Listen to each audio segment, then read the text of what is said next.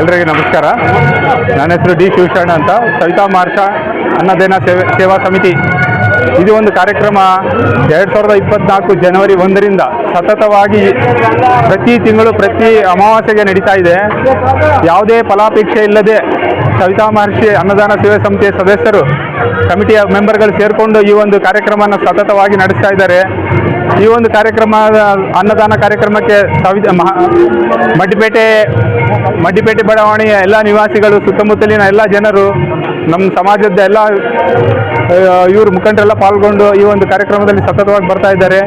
ಈ ಒಂದು ಅನ್ನದಾನ ಕಾರ್ಯಕ್ರಮಕ್ಕೆ ಕನಿಷ್ಠ ಏನಿಲ್ಲ ಅಂದರೂ ಕೂಡ ಒಂದು 400ರಿಂದ 500 ಜನ ಪ್ರತಿ ಅಮಾವಾಸ್ಯೆಗೆ ಸೇರ್ತಾರೆ. ಸುತ್ತಮುತ್ತಲಿನ ಈ ಬಡಾವಣೆ ಸುತ್ತಮುತ್ತಲಿರುವಂಥ ಎಲ್ಲ ಬೇರೆ ಬಡಾವಣೆಯ ಜನರೆಲ್ಲ ಕಂಪಲ್ಸರಿ ಅಟೆಂಡ್ ಆಗ್ತಾರೆ. ಈ ಕಾರ್ಯಕ್ರಮ ಸತತವಾಗಿ ಪ್ರತಿ ಅಮಾವಾಸ್ಯೆಗೆ ನಡೀತಾನೆ ಇದೆ. ಈಗ 29ನೇ ಅಮಾವಾಸ್ಯೆ ಇದು.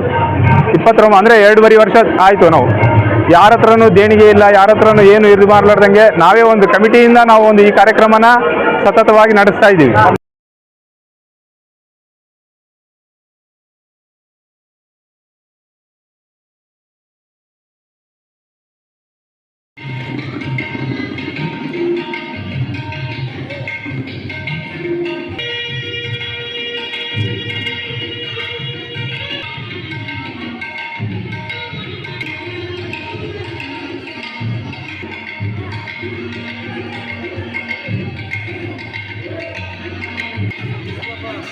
Nah,